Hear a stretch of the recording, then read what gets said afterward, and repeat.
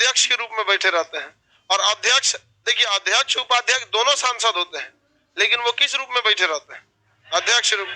मंत्री भी सांसद होते हैं, लेकिन किस रूप में बैठते हैं? मंत्री रूप। प्रधानमंत्री भी सांसद होते हैं, किस रूप में बैठते हैं? प्रधान। आप रूप से क्या समझ रहे हैं? मेकअप करके।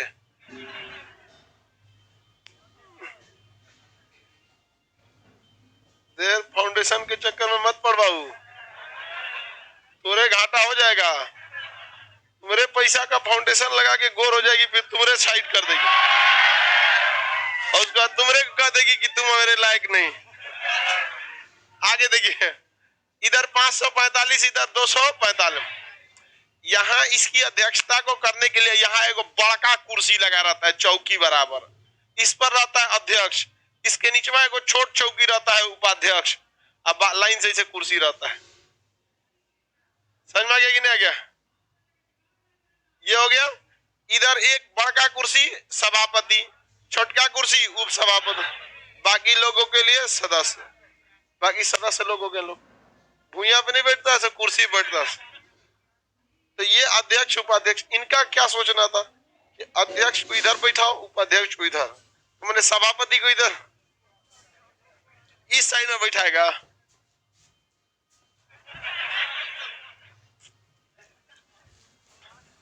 पहले तुरे ये बताओ, तोरे बियाह में सावलिया को बीच बराती में बैठा देगा, कैसा लगेगा?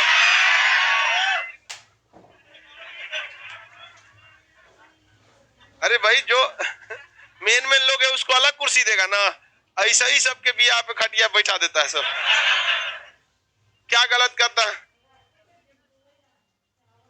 बताइए? ऐसा है सब लड़का सब में। लेकिन एक चीज खराबी होती है, पता है क्या? वो किसी चीज को अरेंज अच्छा से नहीं कर पाते। लड़की सब किसी चीज को बहुत अरेंज करके रखते हैं।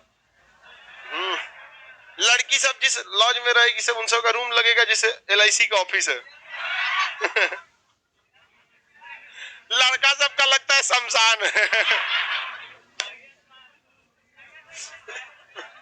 अरे लड़का के कुर्सी पर ही थाली पड़ल है, उसके बेड पे जूठा चम्मच रहेगा, वही जब तेल रहेगा, ओकरा जब बाल झाड़ना रहेगा तो कोई कंगिया कहाँ रे। उस सबका एकदम फिक्स रहता है। बाहर में गया कॉपी किताब पहले।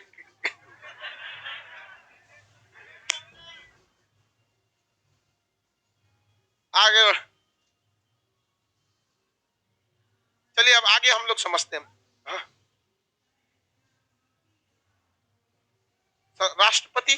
राष्ट्रपति बुलाते हैं, उन्हें सदस्य के रूप में शपथ दिलाते हैं और उनको डिप्यूट कर देते हैं। ये आपको अभी आर्टिकल 99 में पढ़ा देते हैं संसद सदस्य की सदस्यता के बारे में। ठीक है, हम लोग अभी जहां तक देखे थे उसके आगे देखिए। 89 में सभापति था और 89 से 92 तक सभापति के बारे में अन्य चर्चाएं थी जो आपको हम बता दिए थे, लेकिन उसे आर्टिकल के हिसाब से याद रखने का मतलब है कि अपने दिमाग पे एक्स्ट्रा बर्डन डालना। जैसे कहेगा कि किस, अब ये थोड़ी पूछेगा किस आर्टिकल में यह कहा गया है कि जब सभापति या उप सभापति के हटाने का प्रस्ताव संसद में विचाराधीन रहेगा तो वो पदेन नहीं रहेंगे। ऐसा आर्टिकल से थोड़ी पूछेगा, बस वही पूछेगा किस परिस्थिति में सभापति पदेन नहीं रह सकते। जब हटाने का प्रस्ताव विचाराधीन रहे तब ये क्या रह सकते हैं? नहीं रह सकते यहाँ पे। और इसके बाद 93 में भी यही बात बोला गया है। किसके लिए बोला गया है? अध्यक्ष और उपाध्यक्ष के लिए। अब अध्यक्ष की हम सारी शक्तियां बता दिए थे ना। विदेश जाने वाले मंत्रियों का नाम कौन डिसाइड करता है? राष्ट्रपति। विदेश जाने वाले मंत्री का राष्ट्रपति, और संसद सदस्य का अध्यक्ष कौन करते हैं? अध्यक्ष। यदि कोई सांसद फर्जी तरीके से आया है, इसकी चर्चा 101 में है, हालांकि अभी कर देते हैं, तो इसको आर्टिकल के हिसाब से नहीं याद रखिएगा। 395 अनुच्छेद में आर्टिकल सारे पढ़ने आपको सब है, लेकिन सारे आर्टिकल्स याद नहीं रखने, क्योंकि जो बातें हम आपको बोल रहे हैं वो किसी न किसी आर्टिकल में ऑलरेडी अवेलेबल है। तो सारा आर्टिकल थोड़ी पूछता है जी आपको, नहीं समझे? तो कुछ आर्टिकल्स को साइड में, जैसे कहा गया है कि संसद के सदस्य की कई सारी अयोग्यताएं हैं, जिनमें जैसे अगर वो राज्यसभा, अगर संसद सदस्य है और उसको साथ साथ वो किसी विधानसभा का भी सदस्य है, तो उसे एक जगह से क्या करना पड़ेगा? त्याग पत्र नहीं दिया तो हटा दिया जाएगा उसको। या वो सरकारी नौकरी पर नहीं होना चाहिए, चुपके से सरकारी नौकरी पर आ गया है तो भी क्या हो सकता है? हटाया जा सकता है वहां पर। अगर भारत की नागरिकता धोखे से लिया है फिर भी अयोग्य करार दिया जा सकता है। तो संसद की जब अयोग्यता रहेगी, तो उस आधार पर संसद को संसद में बैठने वाले सांसद को अयोग्यता के आधार पर हटाने की जिम्मेदारी राष्ट्रपति को है। लेकिन कई अयोग्यताओं में से एक अयोग्यता होती है जिसे हम कहते हैं दल बदल। आप किसी दूसरी पार्टी को ज्वाइन कर ले तो वो हो जाता है दल बदल। तो दल बदल के आधार पर राष्ट्रपति को शक्ति नहीं है, दल बदल के आधार पर राष्ट्र अध्यक्ष को शक्ति है। और राज्यसभा में सभापति। किसी को कोई दिक्कत नहीं है?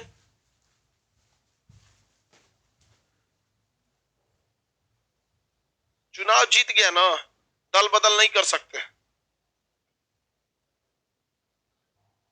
क्या बात करते हो, मतलब तुम बुझा। इसका क्या कहना है? मान के चलिए सर चुनाव जीता। देखो ये सवाल ये सब एग्जाम वाला नहीं है, ये खटिया पे बैठने वाला क्वेश्चन है। सुनो दे, इसका क्या कहना है? मान के चलिए सर चुनाव जीता, अब तुरंत शपथ तो होता नहीं है, उसको पार्टी बदल दिया, क्या दिक्कत है? पार्टी बदल के आएगा ना लोकसभा में, बैठेगा ना। कौन मार उनको जल्दी आप भगाने के लिए? बैठिए, अध्यक्ष आएगा, अध्यक्ष अपने मन से कुछ नहीं करता है। निर्वाचन आयोग अध्यक्ष को क्या करेगी? सलाह देगी, इस पर दल बदल लगाइए, भगा देगा आपको। समझे? अगर कोई भी व्यक्ति अयोग्य है तो उसकी सिफारिश, अयोग्यता की सिफारिश जब भी करेगा तो निर्वाचन आयोग करेगा। लेकिन बात यह है कि वो सिफारिश करेगा किसको? यदि सामान्य अयोग्यताओं की बात है, नॉर्मल डिस्क्वालिफिकेशन की बात है, तो निर्वाचन आयोग सिफारिश किसको कर देगा? राष्ट्रपति को। लेकिन अगर दल बदल के आधार पर हटाना है तो वो सिफारिश किसको कर देगा? अध्यक्ष को। समझ में कि नहीं? अब जब सिफारिश कर दे तब अध्यक्ष को खुद थोड़े पता रहता है। आपको क्या लगता है अध्यक्ष इतना जानते रहते हैं? उन लोगों को क्या पता रहता है कि हम अध्यक्ष बन जाएंगे? किसी को कोई दिक्कत नहीं है। दल बदल के आधार पर अयोग्य कैसे घोषित कौन करता है? अध्यक्ष। और अन्य मामले पे दल बदल, अन्य मामले पे अगर आपको अयोग्य घोषित करना है तो राष्ट्रपति करते हैं। कौन करते हैं? राष्ट्रपति। कोई दिक्कत है किसी को? कौन करते हैं? राष्ट्रपति अयोग्य घोषित करते हैं। दोनों मामले में सिफारिश कौन करता है? निर्वाचन आयोग। दोनों मामले में सिफारिश निर्वाचन आयोग करते हैं। संसद के अध्यक्ष के बारे में देखिए, सभापति उपराष्ट्रपति होते हुए भी ज्यादा शक्तियां लोकसभा के अध्यक्ष को है। कैसे? राज्यसभा का सभापति उपराष्ट्रपति होता है कि नहीं होता है? होता है, उपराष्ट्रपति होता है। उसके बावजूद जब ज्वाइंट सेशन होते हैं, संयुक्त अधिवेशन, तो संयुक्त अधिवेशन की जिम्मेदारी सभापति को दी जाती है कि अध्यक्ष को? अध्यक्ष को दे दिया जाता है। तो संयुक्त अधिवेशन की अध्यक्षता कौन कर देता है? अध्यक्ष। जबकि लोकसभा से ज्यादा, लोकसभा के अध्यक्ष जो है वो लोकसभा के तो एक सदस्य ही है ना। जैसे ओम बिरला भी लोकसभा के क्या है? अध्यक्ष। अमूमन उनका पावर देखिएगा तो वो इसीलिए है कि कोटा से वो सांसद है। लेकिन वेंकैया नायडू क्या है? उपराष्ट्रपति है। वो कहीं के सांसद विधायक कुछ नहीं है, उपराष्ट्रपति। फिर भी जब ज्वाइंट सेशन की बात आएगी तो ज्वाइंट सेशन में क्या होगा भाई, ये बताइए? हाँ, क्या कर लेगा? अध्यक्ष ही उसकी क्या करेगा? अध्यक्षता करेगा। किसी को कोई दिक्कत है तो बोला जाए। कोई दिक्कत नहीं? जो अध्यक्ष उपाध्यक्ष पूछ रहे हैं उससे सवाल पूछ। आर्टिकल 100 में है वो। आपको जो पढ़ा रहे होते हैं ना, आप या जो पढ़ा दिए वो या पढ़ा रहे हैं उसमें पूछिए। उठा के कोई से पूछ देता है। कोरम पूछ रहा है, अब आगे पढ़ाना है, कोरम ही पूछ रहा है। कोरम तो जो अभी में कोई दिक्कत है तब शांति से रहो। आगे वाला चीज बताइए करेंगे। अभी यहाँ पे शपथ से अभी वो पूछ रहा था, 99 में है शपथ, अभी पूछ रहा है कोरम ये 100 में, अभी हम अटकल है 93 पे। एक से एक खजरा होता है सब। इसलिए अब इससे होता क्या है ना कि जब कोई अन्य भी क्वेश्चन पूछने वाला होता है तो आदमी को प्रीजुडियूस हो जाता है कि जो आगे वैसे पूछेगा। समझ में? जो पढ़ा रहे हैं उसके बारे में पूछो। कहाँ गई खटाई? कोई दिक्कत है?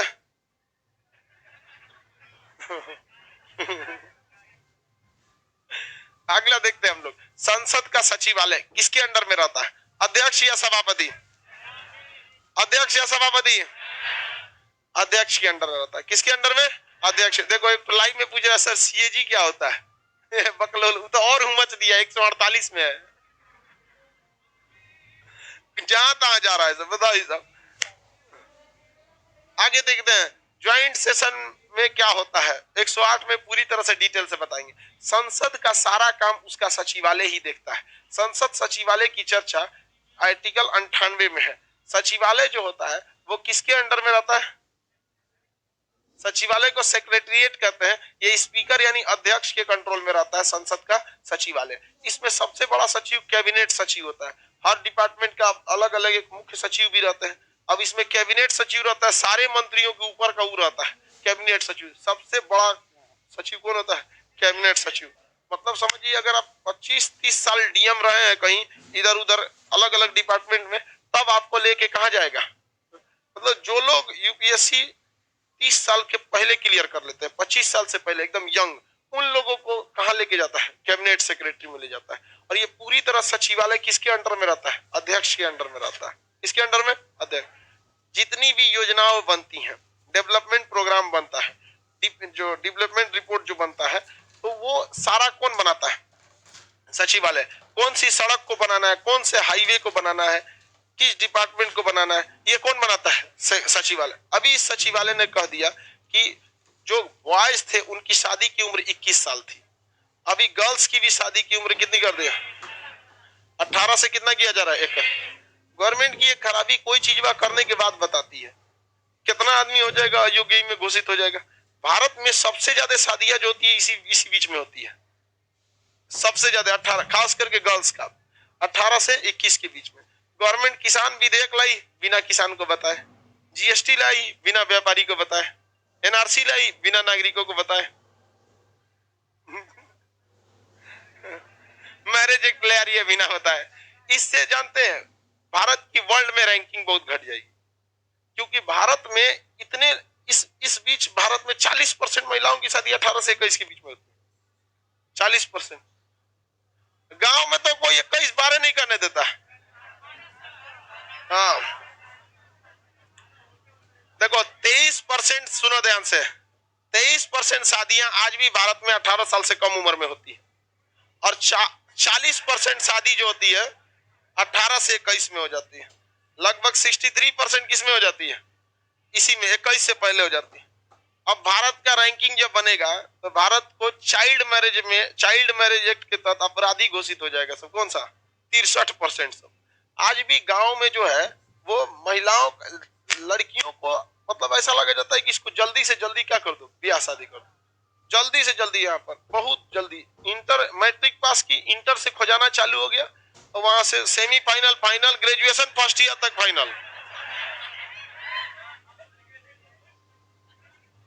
ग्रेजुएशन ज्यादातर लड़कियां ससुराल से पूरा करती हैं गांव में अगर रहेगा तो। समझ में आ गया कि नहीं आ गया? और कई को देखिएगा ग्रेजुएशन फर्स्ट ईयर में ब्याह हो गया, थर्ड ईयर में एडमिट कार्ड भी साथ रहेगा, एगो बाबू भी साथ रहेगा। चुप भूगोल का है, चुप रहे, भूगोल के क्वेश्चन होने।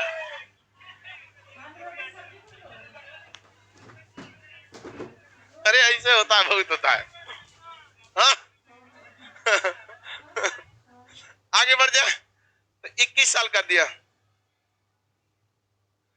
चलिए ये सही है। देखिए बात समझिए, इसको सबसे पहले क्या करना है भाई, इसको जागरूक करना है। तो जो जागरूक रहेंगे वो लोग इसके लिए नियम कानून समझते हैं। इस चीज को आज भी पढ़े लिखे लोग जो होते हैं 21 साल से पहले शादी नहीं करते। 21 साल से पहले लड़की का शादी कर देने का मतलब लड़की अपने पैर पे खड़ी नहीं है, जिंदगी भर उसको ससुराल और हस्बैंड के हिसाब से चलना पड़ेगा।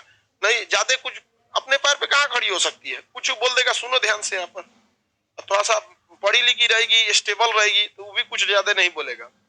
समझ में आ गया कि नहीं आ गया? और लड़की सबको भी अगर स्टेबल हो गई तो ही ना कि मुंह में तोप लेके घूमे, हमरा बोलेगा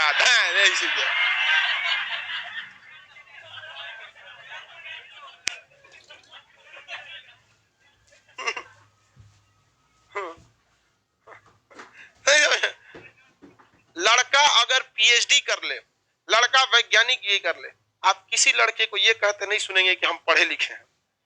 लेकिन लड़की अगर ग्रेजुएशन भी कर लेती है तो कहेगी हम पढ़े लिखे हैं। एहसान कर दियो, अपने ना पढ़ियो।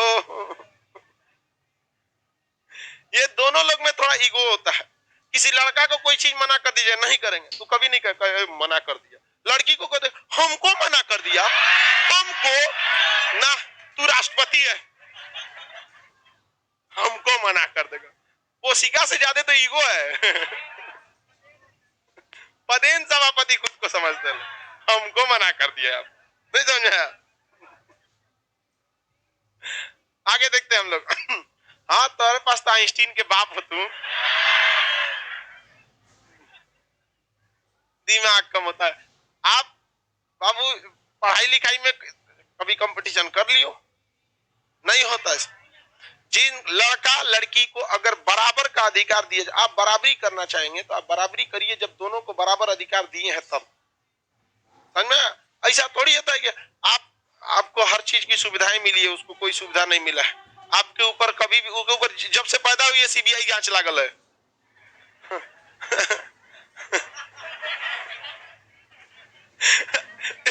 कपड़ा पहला ने रेलिंग पे अगर गई है 10 मिनट की जगह आधा घंटा हो गया, कोची करी थी रे।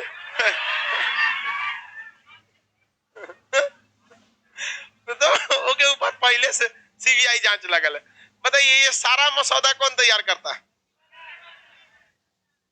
समझ में गया? किसके बाद? कैबिनेट सचिव। कौन तैयार करता है? सचिवालय तैयार करता है। किसमें चर्चा है? 58 में। जीएसटी का पूरा मसौदा कौन तैयार किया होगा? हाँ, सचिवालय। जीएसटी का पूरा मसौदा सचिवालय तैयार करता है। किसी को कोई दिक्कत नहीं है?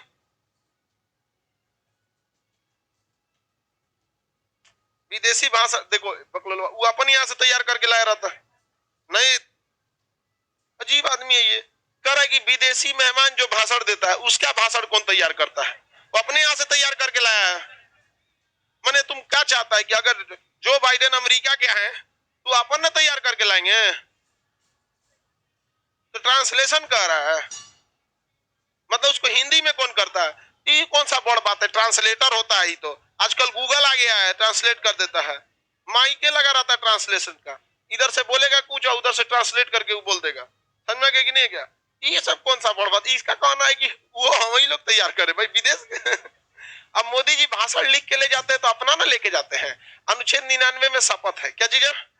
शपथ। देखिए संसद सदस्यों को शपथ दिलाने की जिम्मेदारी राष्ट्रपति को है, लेकिन इस पे स्पष्ट कहा गया है कि राष्ट्रपति स्वयं या अपने द्वारा किसी चुने गए व्यक्ति द्वारा नवनिर्वाचित सांसदों को शपथ दिलाने का काम करेंगे। कौन करेगा?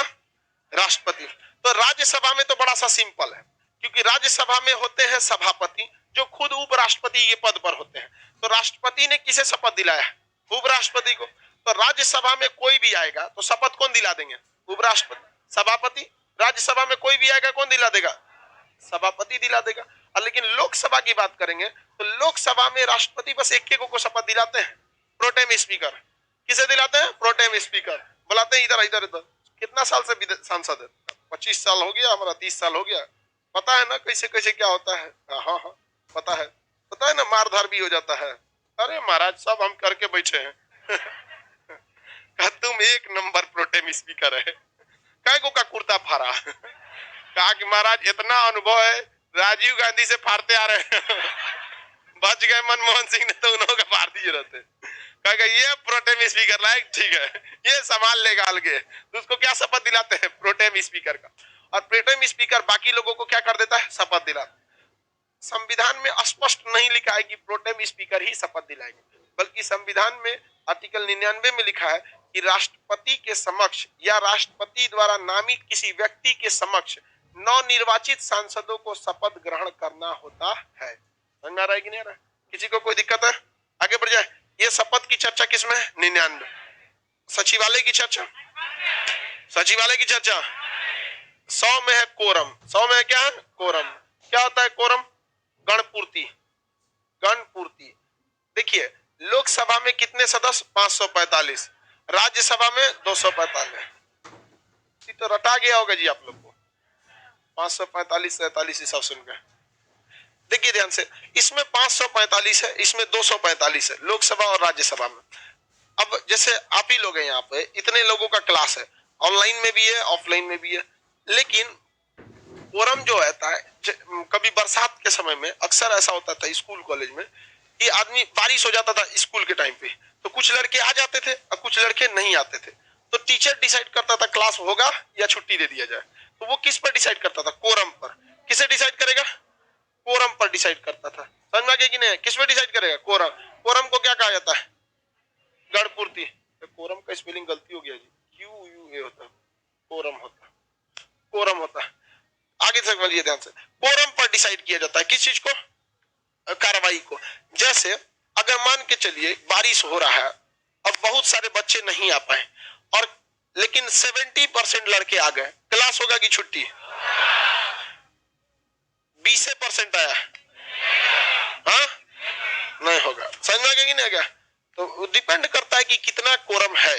किसी को कोई दिक्कत, हम लोग के सर थे, वो बूढ़े थे सर, तो एक बार स्कूल में ना हम लोग का 10 बजे से सरकारी स्कूल चलता है, 9 साढ़े 9 बजे से भयानक बारिश होने लगा। कभी कभी बरसात में ना बड़ी भयानक हो जाता है बारिश, आप जा ही नहीं पाएंगे। तो अमूमन आदमी जिसका दूर भी रहता है, कॉलेज 9 बजे निकलता है, जिसका पास रहता है 9:30 में निकलता।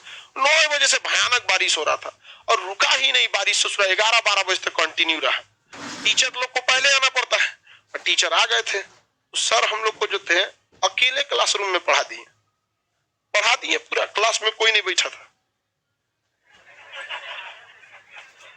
हाँ पढ़ा के चल दिए, एकदम पढ़ा दिए। वहां पे बहुत मुडियल टाइप के आदमी थे। तो प्रिंसिपल पूछे कि सर क्या कर रहे हैं आप? तो हमारा जो काम है हम कर रहे हैं।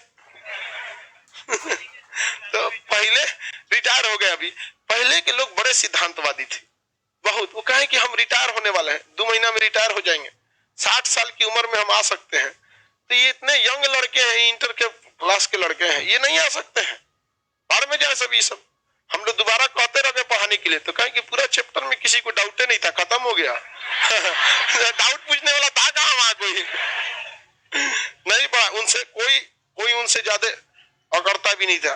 पूरा स्कूल एकदम हड़कल रहता था। आए एकदम आराम से, 60 साल के थे, एजेड, एकदम बहुत मन से पढ़ाते थे।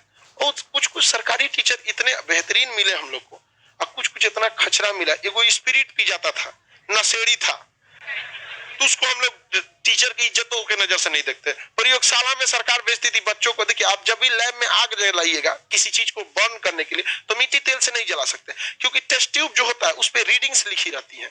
ये जो टेस्ट ट्यूब होता है ना, इस पे ऊपर रीडिंग्स लिखी रहती है। अगर आप मिट्टी तेल से जलाइएगा तो मिट्टी तेल जब जलता है तो धुआं देता है, तो इस पे रीडिंग काला हो जाएगा, पता ही नहीं चलेगा 4 ml की 5 ml है। तो स्पिरिट से आग लगानी पड़ती है। तो स्पिरिट से जब आग लगाएंगे ना, तो उस वक्त में इसमें धुआं नहीं देता है, तो ये गर्म भी हो जाएगा, रीडिंग भी। वो स्पिरिट में पी जाते थे। हम कहा कि सर प्रैक्टिकल नहीं कराते हैं, देखिए फिजिक्स वाले सर कराते हैं, इधर बोला, इधर एक झापड़ मार, हाँ झंझना गया। हमरा सिखाएगा तू, हमरा सिखाएगा, सोचा मार दिया हमको यहाँ पर। उसके बाद अजब टाइप के थे वहां पे, तो गलत। अब छोटा लड़का आदमी इंटर में रहता है, उतना बुद्धि नहीं रहता, डर जाता है आदमी, मार और देता है कोई। तो मोटरसाइकिल से आते थे, उनका पंचर कर दिए थे लंगड़ा प्रकार से। शाम को कह रहे हैं कि देखो हम ही थे सर, क्या हो गया सर? अरे कोनो खचरा पंचर कर दिया। हम कहे सर काम हो रहा है ना, काटी उटी गिरा होगा। ढकेले तो हम कहे हमारा क्लास है।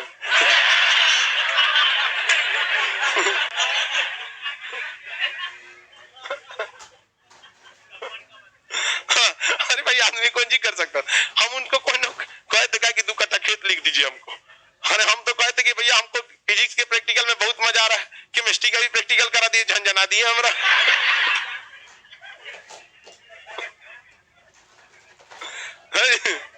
खाली अपन गांव का बतियाएगा बात, हमारी गांव में ऐसा हो, गांव में ऐसा। अरे भाई आप जो चीज बता रहे हैं तो आप उसको टॉपिक से रिलेटेड बताइए ना। अब अपने गांव का बात काहे बता रहे हैं? कोरम है तो कोरम से रिलेटेड बात बताएंगे। तो बताइए संसद में भी ऐसी स्थिति हो सकती है कि नहीं हो सकती है?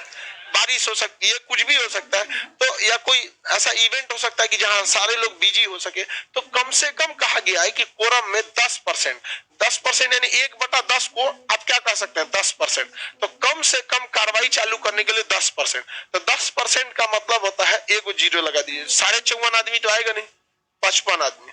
तो लोकसभा में कम से कम 55, राज्यसभा में 25, कम से कम कितना रहना चाहिए? 55। अगर 55 भी नहीं है, 54 है, तो अध्यक्ष क्या करता है? कार्रवाई को रोक देता है, कहता है कोरम पूरा न होने के कारण सदन की कार्रवाई को स्थगित की जाती है। कि लेकिन क्या अध्यक्ष, इधर कौन बैठता है? अध्यक्ष। क्या अध्यक्ष सदन का सत्रावसान कर सकते हैं? नहीं। सत्रावसान कौन करेगा? राष्ट्रपति। अगर इधर भी अगर कोरम पूरा नहीं है तो सत्र को कौन स्थगित स्थगित कर सकते हैं सभापति, लेकिन क्या विघटन कर सकते हैं, इसको सत्रावसान कर सकते हैं नहीं, कार्रवाई को क्या कर सकते हैं, स्थगित कर सकते हैं। क्यों कर सकते हैं? अगला कोरम पूरा होने तक गण पूर्ति नहीं है, गण मतलब होता है लोग, पूर्ति मतलब पूरा करना, गण पूर्ति के अभाव में सदन की कार्रवाई को क्या किया जा सकता है, स्थगित किया जा सकता है। किसमें चर्चा है? 100 में। तो 98, 99, 100 समझ आ गया कि नहीं आ गया? इससे पहले भी आर्टिकल्स थे, हम आपको पढ़ा सब दिए हैं। लास्ट जब क्लास होगा या फिर अब नेक्स्ट जो पीरियड देंगे उसको आपको अनुच्छेद 1 से लेकर 395 का अनुच्छेद दे देंगे। आप उसमें देख लीजिएगा, जो जो चीजें बताए हैं वो आर्टिकल्स में लिखे हुए हैं, लेकिन हर चीज को आप आर्टिकल्स के हिसाब से नहीं याद रखना। समझ गया? क्या हो गया बाबू? अच्छा हटो, उसको तबीयत सही नहीं है, निकलने दो उसको। देखो लड़की लोग भी सबको, जब भी कोई दिक्कत हो पहले से इसको इन्फॉर्म हो गया, यहाँ पे आभास हो गया इसको।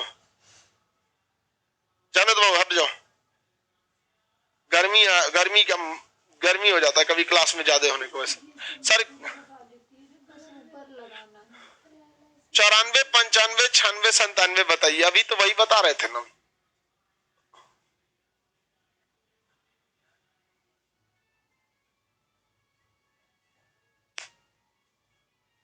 चलिए अब आगे देखते हैं हम लोग आर्टिकल 100। क्या देखते हैं? आर्टिकल 100। देखिए 100 तो देख लीजिए, 101 से 104 तक में आपको संसद का पद कैसे खाली होगा, खाली होगा तो कितना रुपया पेनाल्टी लगेगा, 500 रुपया डेली के हिसाब से जुर्माना लगेगा, ये सब की चर्चा कितना है, 100 लेके 104 तक है। संसदों की निरर्हता अयोग्यता, ये आर्टिकल में आज तक के एग्जाम में ये आर्टिकल नहीं पूछा है। रीजन है, पूछता क्या है, कहेगा कि संसदों को अयोग्य घोषित करने की अधिकार किसे है, राष्ट्रपति। दल बदल के आधार पर अयोग्य घोषित करने का अध्यक्ष। दोनों के पीछे सिफारिश कौन करेगा, निर्वाचन आयोग। कौन करेगा, निर्वाचन आयोग।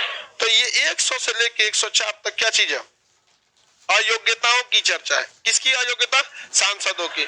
कैसे कैसे पद रिक्त होगा, अब आप पढ़ेंगे तो अजीब सा होगा, आपका इंटरेस्ट ही खत्म हो जाएगा। 101 में क्या कहा है कि किन किन परिस्थितियों में सांसद का पद खाली होगा।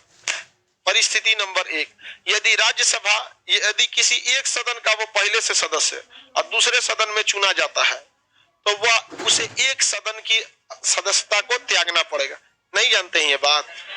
वही तो बोल रहा है 101 में। 101 में दूसरी बात बोला है, यदि राज्य विधानमंडल से कोई सदस्य निर्वाचित है और उसी के साथ साथ वो लोकसभा का भी सदस्य निर्वाचित हो जाता है तो उसे राज्य की किसी एक जगह से क्या करना पड़ेगा, छोड़ना पड़े। किसमें, 101 में। ये भी बात आपको पता है। कहा गया है कि यदि वह राज्य विधानसभा का भी सदस्य है और साथ में संसद का भी सदस्य है और किसी का भी त्याग पत्र नहीं दे रहा है तो संसद द्वारा बनाए गए कानून के हिसाब से जो लेटेस्ट चुनाव में जीता है इसी को आधार मानकर अब पुराने वाले से उसे हटा दिया जाएगा। क्योंकि ये मान लिया जाता है कि लेटेस्ट चुनाव लड़ा है, इसका मतलब इसका पहिलका से ज्यादा इंटरेस्ट इस वाले में, तो दूसरे वाले को क्या कर देगा, खाली कर देगा। तो ये सब चीजें आर्टिकल्स के हिसाब से इंपॉर्टेंट नहीं है। आप पढ़े सब है, बट आर्टिकल अगर आप खराब और इंपॉर्टेंट दोनों एक साथ लेके घूमेंगे तो दोनों दिमाग से क्या हो जाएगा, उतर जाएगा। इसलिए बस इतना समझिए, हम आपको पढ़ा सब दिए, एक भी चीज नहीं छोड़े हैं, लेकिन जो आर्टिकल्स के हिसाब से जरूरी था वो आपको जरूर पढ़ा दिए। 100 गलत है आर्टिकल में, गलत पीडीएफ में 100 नंबर गलत है क्या? 1/10 होगा, 1/40 लिख दिया है, 1/10 बना लिए पीडीएफ में।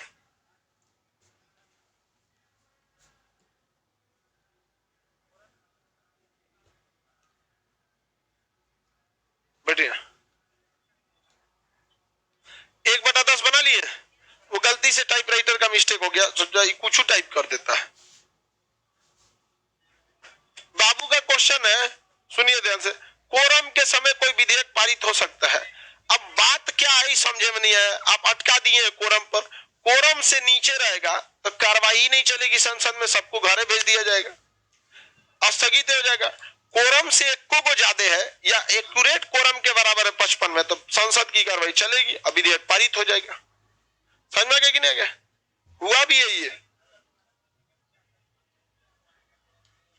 नहीं, इनका कहना है, बाबू का क्वेश्चन सुनिए ध्यान से, सही है। कहना है कि अगर मान के चलिए 55 या 60 लोग आए हैं और किसी विधेयक को पारित कराना है, अब विधेयक पास हो गया, बाकी आया, कहा कि हम तो थे ही नहीं, तो अध्यक्ष कहेंगे तेरा दादा कहीं यहाँ नौकर बैठल है आदमी, आया कहीं नहीं। तो राजा बंगला दिया गया है, फ्री में गाड़ी दिया गया है, सिक्योरिटी गार्ड दिया गया है, यहाँ एसी दिया गया है, कैंटीन दिया गया, अब कहीं नहीं आ रहा है। पता चला उस तरह से तो कोई भी नहीं आएगा, समझ में गया। जस्टिस वर्मा कमेटी की रिपोर्ट को कोरम के लगभग कोरम तक पारित किया गया था 2014 में। 2012 में निर्भया का जो दामिनी या निर्भया रेप केस जो हुआ था, उसमें एक छोटा जो बच्चा था 17.5 साल का, सबसे बड़का आरामी वही था, समझ में गया। अब वही बच गया क्योंकि उसको 3 साल से ज्यादा सजा नहीं हो सकती थी, क्योंकि हमारे यहाँ जुवेनाइल जस्टिस कोर्ट है और कहता है कि कोई भी व्यक्ति 16 साल से अगर कम का है, 16 साल से क्या सॉरी 18 साल से कम का है, कितने साल का, 18 साल से कम का है, तो उसको अधिकतम आप 3 साल की ही सजा दे सकते हैं। क्योंकि जुवेनाइल जस्टिस एक्ट कहता था कि 18 साल से कम उम्र के लड़कों को नाबालिग मान लिया जाता है, कितना भी बड़ा अपराध कर दे तो क्या हो जाएगा, 3 साल। तो इस पर जस्टिस वर्मा कमेटी को बैठाया गया, रिटायर्ड कोर्ट में जज थे, उन्होंने रिपोर्ट दिया कि ज्यादातर अपराध में जो पेशेवर अपराधी हैं, जिन्हें ये चीज पता है, वो अपराध करने के बाद किसी छोटे बच्चे को हथियार थमा देते हैं और उससे कहते हैं कि तुम एक्सेप्ट कर लो। अब उसको 3 साल की ही सजा होती है, वो एक्सेप्ट कर लेता है, हम ही मारे थे, हम गुस्सा में आ गए थे, ये है वो है। 3 साल बाद वो क्या हो जाता है, छूट जाता है। उसके बाद भी इसको 3 साल तक आप जेल में नहीं रख सकते, बाल सुधार गृह में रख सकते हैं, हथकड़ी नहीं लगा सकते। तो अब जो निर्भया केस में वो 17.5 साल का था और वो बच गया, तो जस्टिस पूरे देश खून खोल गया, बच गुंज गया, कोर्ट ने बचा लिया वहां पे। वरना उसको इशारा क्या करना है, उसको एक बार कोर्ट में ले जाइए, जो ना को फांसी की सजा, एक बार इशारा कर दो, 1 महीना बिरयानी फ्री, मार दी, इसको मार देता है सब। जेल में ऐसे ही होता है। अगर गवर्नमेंट को मरवाना रहेगा किसी को भी, या अगर आपको सोच लिया गया आपको मरवा देना है, तो 2 ही रास्ते, या तो आपको भाग के इनकाउंटर करा देगा, नहीं तो जेल में डाल दिया जाएगा, जिसे उम्र कैद की सजा है। जेल का खाना, दाल जो होता है ना, दाल पंचुचुर होता है, उसको आदमी बैठ आराम से छोड़ देता है, खाने से पहले थोड़ा सा बैठ जाता है, उसके बाद आदमी चला के खाता है। हम तो यूट्यूब पर अपना एक्सपीरियंस भी सेव किए थे। तो उतना अच्छा नहीं होता है। अचार वहां का ठीक ठाक रहता है, अंदर दुकानें रहती हैं, तो अंदर सब दुकान उगार सब रहती है। वहां पे चम्मच उम्मच बहुत कमजोर देता है एल्युमिनियम का, वहां पे ज्यादातर चीज वहां खुद से काम करना रहता है। हाथा मिलता है, सैलरी को वहां पे क्या कहा जाता है, हाथा, पैसा मिलता है वहां पे अंदर काम करने का।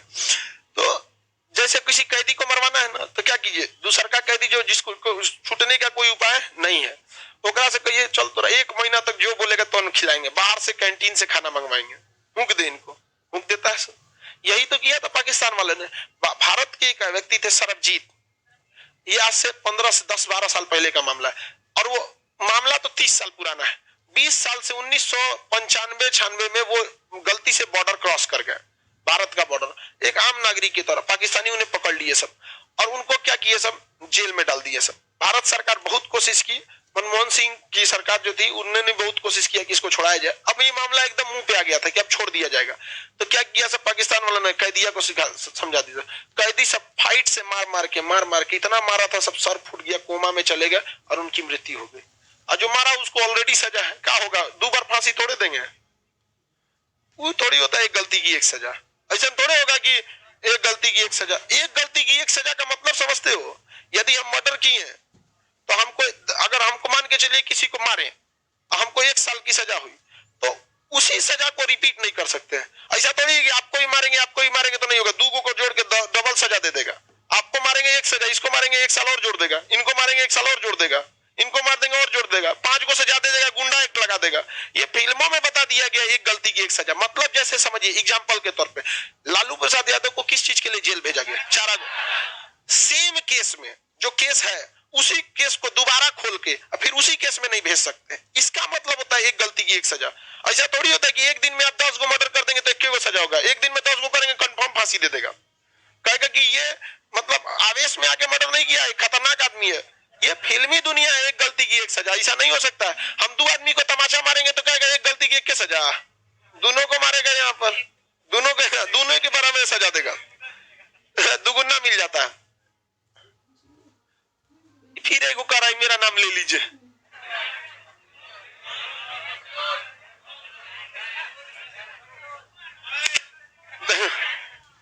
तुम्हारा नाम नहीं पूछे।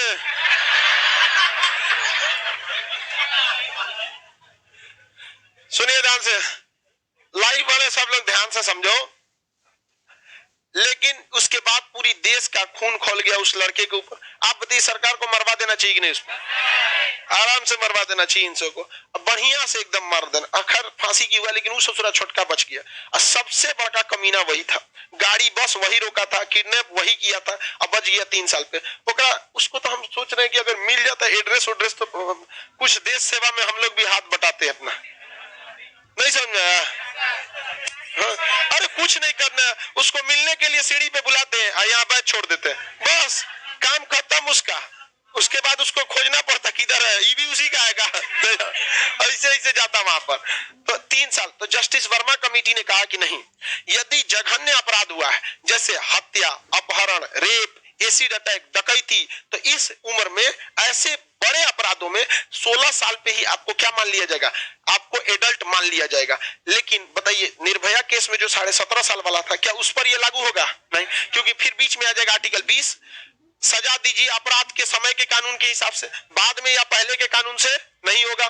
बच गया कि नहीं बच गया? वहां पे बच गया। वहां पे अपराध की सजा ऐसा दीजिए नहीं रूह कांप जाए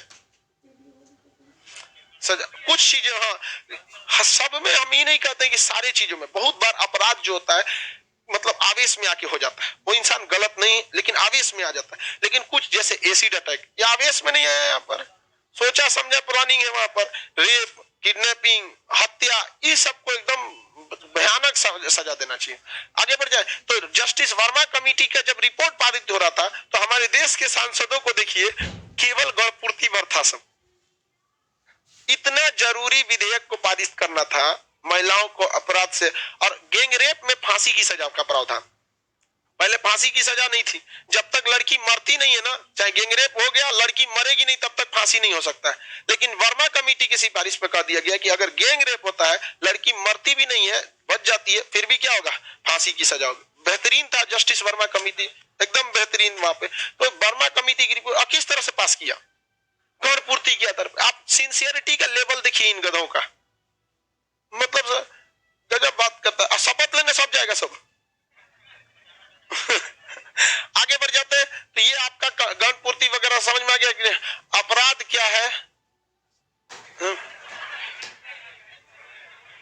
ये पूछ रहा है सर दामिनी वाला मैटर क्या था, तुम 2012 के बाद पैदा हुआ है क्या? ये पूरी दुनिया को हिला के रख दिया वो केस, और ये पूछ रहा है कि क्या मैटर है। आगे बढ़ जाता है। अब इसके बाद जो आर्टिकल्स आता है इंपॉर्टेंट, उसमें 108, 109, इसके बाद कंटिन्यू इंपॉर्टेंट है कहां तक, 108 से लेकर कंटिन्यू 148 तक इंपॉर्टेंट, एक भी गैप नहीं, पूरा का पूरा क्या है एकदम, कोई भी गैप नहीं होना चाहिए। 108 में क्या चीज है, संयुक्त अधिवेशन। 108 में क्या है, संयुक्त अधिवेशन कौन बुलाता है, राष्ट्रपति। संयुक्त अधिवेशन कब बुलाया जाता है, लोकसभा राज्यसभा। लोकसभा में 500, राज्यसभा में 200। देखिए संयुक्त अधिवेशन की चर्चा आर्टिकल 108 में है। आर्टिकल 108 में इसे हम ज्वाइंट सेशन कहते हैं। क्या कहेंगे, ज्वाइंट सेशन। ज्वाइंट सेशन के नाम से जानते हैं, हिंदी में कहते हैं संयुक्त अधिवेशन। संयुक्त अधिवेशन, अधिवेशन, ज्वाइंट सेशन। संयुक्त अधिवेशन बुलाने का काम किसका है, राष्ट्रपति के। कौन बुलाते हैं, राष्ट्रपति। अध्यक्षता कौन करते हैं, अध्यक्ष। अध्यक्षता कौन करते हैं, अध्यक्ष करते हैं। देखिए ये 3 कंडीशन में बुलाया जा सकता है।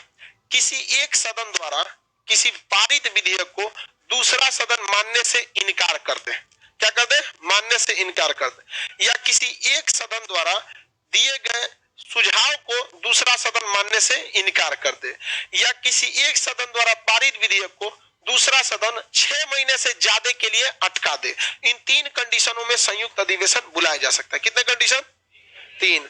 सलाह मानने से इनकार कर दे, पारित विधेयक को पारित करने से इनकार कर दे, सलाह इनकार करे, पारित न करे, या 6 महीने से ज्यादा अटका दे। 3 कंडीशन याद रहेंगे आप लोग, बाउंड्री से ना कोई दिक्कत। कितने हो गए बताइए, तीनों का ना कितने कंडीशन में आ सकते हैं, कौन कौन?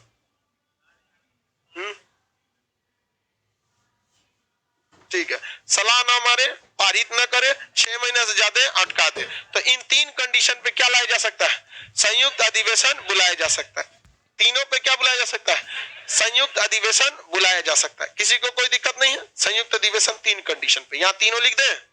पहला कौन सा है, सलाह नहीं माना, दूसरा पारित नहीं किया, और नहीं तो 6 महीने से ज्यादा के लिए अटका दिया, 6 महीने से ज्यादा के लिए अटका दिया। तो इस कंडीशन में राष्ट्रपति क्या बुलाते हैं? संयुक्त अधिवेशन। और संयुक्त अधिवेशन बुलाने के बाद अध्यक्षता कौन करते हैं? अध्यक्ष। कौन करते हैं? अध्यक्ष। संयुक्त अधिवेशन में दोनों को साथ बैठना पड़ता है। किसको किसको? लोकसभा प्लस राज्यसभा। जब दोनों साथ बैठता है तो 790 हो जाता है। क्या हो जाता है? 790। और विधेयक पारित जब करना है तो पारित करने के लिए 395। क्या होना चाहिए? 395। ये बताइए लोकसभा के पास अकेले कितना है? जब 7 बैठेगा तो 200, 545 और 245 कितना हो जाएगा? 790। कितना हो गया? 790। 790 का आधा 395, 790 का आधा 395। पास हो गया कि नहीं हो गया? और उसके भी अध्यक्षता कौन कर रहा है? कौन कर रहा है? अध्यक्ष। लेट सपोज मान के चलिए सुनिए कैसे अध्यक्ष की मनमानी चलती है लोकसभा की। ओम बिरला साहब है, किसी विधेयक को लेकर विवाद हो गया, जैसे अभी ये जो मैरिज एक्ट वाला विधेयक है, इसको लेकर क्या हो गया? विवाद हो गया। इस विवाद में लोकसभा चाहती है पास कर दे, राज्यसभा चाहती है नहीं पास करे। ठीक है, अब क्या आएगा? संयुक्त अधिवेशन। संयुक्त अधिवेशन की अध्यक्षता क्या का है? लोकसभा। लोकसभा चाहती है पास करना, और राज्यसभा क्या करेगा? विरोध। कितने हैं सब? राज्यसभा में 245। सस्पेंड करने का अधिकार किसको है? अध्यक्ष। 245 को सस्पेंड कर दे, भागो लोग यहाँ में, न तो इनसे जोरन भर का छोड़ दे, न तो हल्ला करेगा सब थे ही नहीं। मान के चले 245 राज्यसभा वाला है सब ना, 150 को सस्पेंड कर दो, जाओ यहाँ पे। अब बच्चा सब कौन सा? लोकसभा वाला। पारित नहीं करा लेगा सब। तो संयुक्त अधिवेशन में लोकसभा की क्या चलती है? मनमानी चलती है। हमेशा से लोकसभा को क्या दिया गया है? शक्ति दिया गया है। लोकसभा को शक्ति दिया गया है। समझ में गया कि नहीं आ गया? किसी को दिक्कत? 3 कंडीशन में संयुक्त अधिवेशन नहीं लाया जा सकता, नहीं लाया जा सकता। पहला महाभियोग। अगर महाभियोग ले आना है तो आप कभी भी संयुक्त अधिवेशन नहीं ला सकते। धन विधेयक पर आप संयुक्त अधिवेशन नहीं ला सकते हैं। संविधान में अगर संशोधन करना है तो संशोधन के मामले में संयुक्त अधिवेशन नहीं बुला सकते। समझ में आ गया कि नहीं आ गया? आगे बढ़ जाए, किसी को कोई दिक्कत है तो बताया जाए। किसी को कोई प्रॉब्लम? महाभियोग पे संयुक्त अधिवेशन आएगा? नहीं आएगा। बोलो जल्द पड़ा। धन विधेयक की चर्चा 109 में है। कहा गया है कि भाड़ में जाए राज्यसभा, हमको तुम्हारी जरूरत नहीं। स्पष्ट बोला है 109 में। धन विधेयक के बारे में स्पष्ट बोला है, भाड़ में गया राज्यसभा, तुमसे हमें मतलब नहीं। धन का मामला है, तुम मत टांग मत लड़ाओ। समझ में गया? राज्यसभा की कोई पावर नहीं है धन विधेयक में। ऐसे खड़े कहता है दम है तो रोक लो, क्योंकि लोकसभा अगर पास कर दिया तो 14 दिन बाद वो ऑटोमेटिक पास हो जाएगा। तो राज्यसभा लेके उसको 14 दिन तक देखते रहेगी, कितना हसीन विधेयक है। समझ आ गया? पास हो गया, कुछ नहीं कर सकता है। राज्यसभा को कोई पावर नहीं है, इसलिए कहा गया है कि इसमें संयुक्त अधिवेशन आएगा ही नहीं। और महाभियोग और संशोधन में कहा गया है कि दोनों सदनों को अलग अलग पास होना जरूरी है। समझ में आ गया कि नहीं आ गया? अब तक 3 बार संयुक्त अधिवेशन को बुलाया जा चुका है। 1961 दहेज खत्म करने के लिए, 1978 बैंकिंग सुधार के लिए, 2001 में पोटा अधिनियम, दहेज उन्मूलन के लिए, और यहाँ पर बैंकिंग सुधार के लिए, और इसमें पोटा प्रिवेंशन ऑफ टेररिज्म एक्ट पोटा के लिए लाया गया था। कितनी बार अब तक संयुक्त अधिवेशन?